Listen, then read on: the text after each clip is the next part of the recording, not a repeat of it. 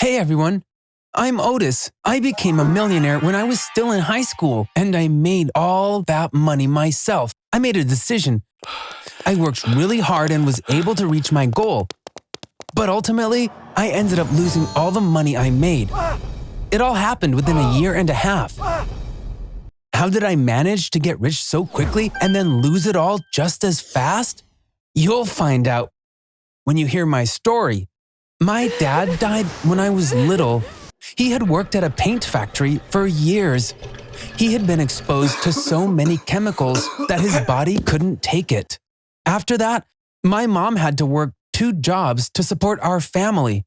On weekdays, she worked at a flower shop and on weekends at a pizzeria. My sister and I barely saw her.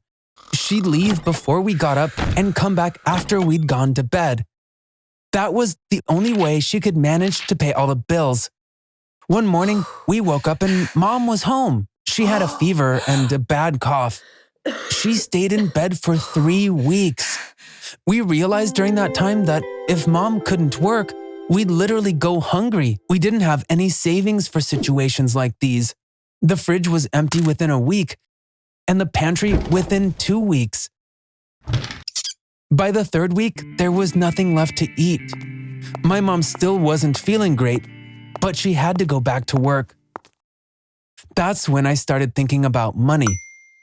At first, it wasn't about getting rich or anything. I wondered how I could help my mom so that at least she wouldn't have to work on weekends. If you come from a poor family, you often grow up to be poor too. My grandparents had problems with money all their lives. Sadly, poverty is passed down through generations. It's not easy to break that cycle, but I was determined to do it. I got a piece of paper and wrote, "How can I make money?" I searched the internet for hours. I wrote down everything I found. Then I began to try the ideas that made sense to me. The first thing I decided to try was pretty ridiculous. I was going to pick up money that people dropped. Initially, this seemed like a great idea because I was going to go to places where people were likely to drop their money, like vending machines. Let's say you drop a coin while you're putting money into a vending machine. What do? You casually look at the floor. If you don't see the coin right away, you reach in your pocket for another one. So I started going around to vending machines after school to see if I could find any loose change. The other place I thought I could find money was restaurant drive-thrus. You have to reach your hand out of the car window to make a payment and get change. If some change drops to the floor, few people would get out of their car to pick it up. So in addition to vending machines, I also went to drive-thrus to look for money. Did I find any? Yes, but very little. It would take me 100 years to make some decent money like this. So I decided to give up on this strategy after a week. It was a bad idea to depend on finding change on the floor. I also crossed out winning the lottery, finding oil in the backyard, and suddenly inheriting money from an unknown relative from my list of potential options. I had to find more rational ways to make money. I looked through my list again. When I was researching ways to make money, I had made a section called Entrepreneurship and noted some ideas. The first one was starting a YouTube channel, then starting a website, and then making a mobile game. When I saw the next one, I stopped, finding a unique product idea. Wait a second, I actually already had such an idea. In fact, when I told people about it, they all said it would totally sell. Want to know what this great idea is? An umbrella for dogs. I started jumping with joy. I found what I was looking for. Every time I took our dog Taco out in the rain, I always wondered, why isn't there a special umbrella for dogs? Taco would always get so wet during his walk, and then he'd make a huge mess at home when we came back. A dog umbrella would solve this problem. And on top of that, dogs wouldn't get cold from being wet. My sister had a small umbrella that she used when she was younger, so I decided to use it for my first prototype. After a lot of work, I finally did it. At first, Taco didn't like it and tried to get rid of it, but I was sure he'd love it when he saw how well it worked when it rained. I was proud of it. It looked great. More importantly, it was functional. All dog owners would want to buy this. But now there was a huge obstacle ahead. How would I be able to mass produce it? Also, people had to be able to buy it in places like supermarkets and pet shops. How could I manage that? I didn't have any money, so I needed to find an investor. But who would trust a 15-year-old with their investment? And even if they did, could I trust them? What if they stole my idea? How could I protect myself? An hour ago, I was super happy, but now I was so stressed. I started thinking, I can never do this. I got my hopes up for nothing. Here was a great opportunity, but I couldn't make it work. Then I had an idea. Only someone around my age would support me. I remembered a young entrepreneur that I saw on YouTube. What do I have to lose? I'll just DM him on Instagram, I said to myself. I trusted him, so I told him a bit about my idea and asked, would you support something like this? I gave him my phone number. He called the next day. I had unbelievable challenges when I was building my business, so I try to support good ideas as much as I can. Let's meet tomorrow and talk. I think this product has a customer base, he said. Things moved really quickly after that.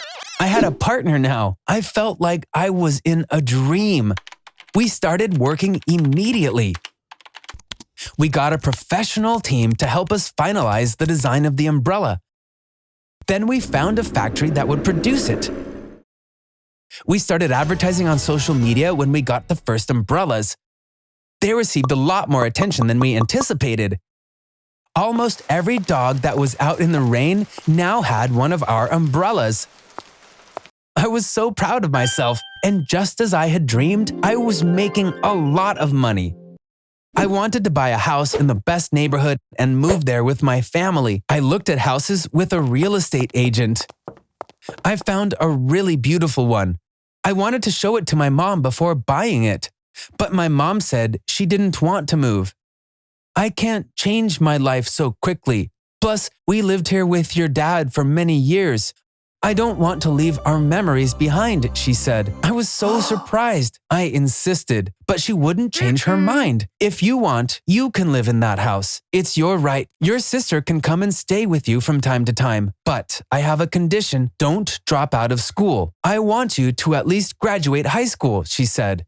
I went to the office the next day. I told my partner I was going to buy a house. He said, don't do it. He had just partnered with a new venture that was trading cryptocurrencies. Rent the house instead of buying it. You should invest that money in Bitcoin.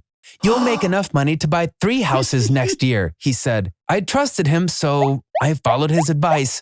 I wanted to support his new firm anyways. So I invested all my money in cryptocurrency, or Bitcoin to be precise. Our umbrellas were selling like hotcakes. I still couldn't believe how quickly my dreams had come true, but I didn't handle getting rich so quickly very well. I was still just a kid. I spent so much money on stuff I didn't need. For example, once I saw an Iron Man costume online that was the same as the one used in the movie. I didn't even look at the price and just bought it. Now I realize that costume cost as much as a luxury car. By the way, I did have 3 amazing sports cars, but I was too young to have a license, so I couldn't even drive them. That was another weird thing that I did. 3 or 4 months went by. One day, my partner called me in for a meeting. He said our sales were falling very quickly. The dog umbrella was easy to imitate, so we had a lot of competition now. Business was great when ours was the only one on the market, but not anymore. If we didn't do something, we'd go bankrupt. We immediately came up with new product ideas. For example, we made a raincoat for dogs, but it didn't sell. I really thought it would. We had thousands of raincoats that we couldn't sell, so we lost a lot of money. Around the same time that the umbrella sales plummeted, the worst thing happened. Bitcoin, which I had invested all my money in, lost a lot of value overnight. My partner said, "Don't worry, it'll go back up again." But it didn't. I lost all my money. I couldn't even pay my rent. I sold the cars and whatever I had in the house. That money lasted only 3 to 4 months. Normally, that money should have lasted me 3 or 4 years, but I had gotten used to spending a lot and couldn't stop even when I didn't have the same income anymore. When I ran out of money, I moved back to my mom's house. I only had the Iron Man costume with me because I couldn't find anyone to buy it. My mom said, "Welcome home," and hugged me. I'd been sending her money every month. It turned out that she saved it all because she kept on working. "This money is for college for you and your sister. You proved yourself once. When you finish school, I'm sure you'll be successful again. In fact, you'll be even more successful because you'll have learned from your mistakes," she said, making me feel better. You might find it weird, but I wasn't so sad after losing all my money. Now I understand why. My life had changed so quickly. When I was rich, it all felt like a dream. So when I lost it all, it still felt like it was a dream. Since it was all like a dream, it didn't make sense to be upset. Thanks for listening to my story. If you like stories based on real life, you can subscribe to this channel now. Bye.